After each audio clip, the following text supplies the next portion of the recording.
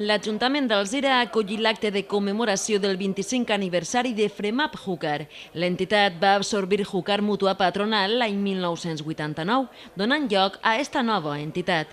L'acte ha estat inaugurat pel president de l'Associació Empresarial d'Alzira, José Villalba, i el director regional FREMAP Comunitat Valenciana, Fernando Martínez.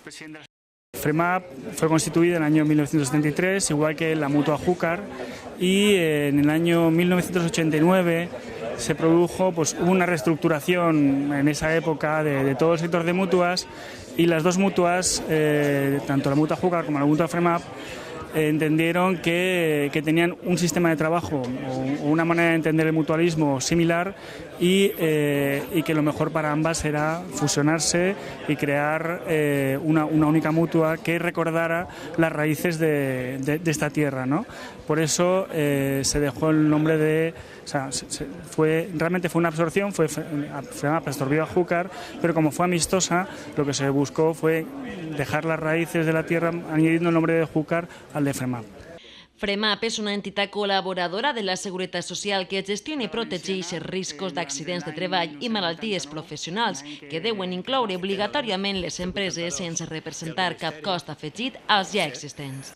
A nivell nacional, FREMAP protegeix a més de 3,5 milions de treballadors i compta amb quasi 400.000 empreses associades. La Seguridad Social es la que da la baja, marca el tratamiento del alta, pero en las mutuas lo que podemos hacer es citar a los pacientes y adelantar todos los tratamientos. Entonces, aparte también tenemos técnicos de prevención que lo que hacen es tratar de generar esa sensibilidad por parte de la empresa y de los trabajadores para evitar que se produzcan los accidentes de trabajo. Al llarg de l'acte han intervingut les veus protagonistes d'aquella fusió entre Mutua Júcar i FREMAP.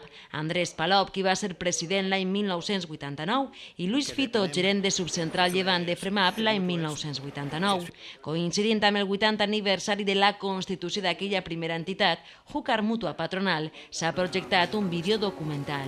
L'alcaldessa d'Alzira, Elena Bastidas, qui ha presidit l'acte, ha estat l'encarregat de lliurar els diplomes a les empreses que han confiat en FREMAP al llarg dels seus 25 anys d'història. Crec que lo destacable és que no ha perdut mai, encara que després de la fusió no ha perdut mai el seu cordó umbilical en la nostra ciutat, ja que l'entitat, el nom actual és FREMAP Júcar, i en estos 25 anys ha format part de la vida diària, del dia a dia, de tots els veïns i veïnes d'Alzira. De tal manera que si Alzira ha evolucionat i molt en estos últims 25 anys, si tornem la vista enrere, l'Alzira de l'any 89, no? 2 anys després de l'última riuà, no té res que veure en l'Alzira actual, ha sofrit una transformació impressionant, però també les empreses i les entitats que conformen el nostre teixit associatiu també han evolucionat al mateix temps que la nostra ciutat. De tal manera que, de nom de l'Ajuntament d'Alzira, crec que si han mantès, no solament han consolidat, sinó han crescut com a entitat, això significa que han tingut un nivell de prestació de serveis de qualitat. En total s'han lliurat 10 diplomes i l'acte ha tingut lloc al mateix Saló de Plens.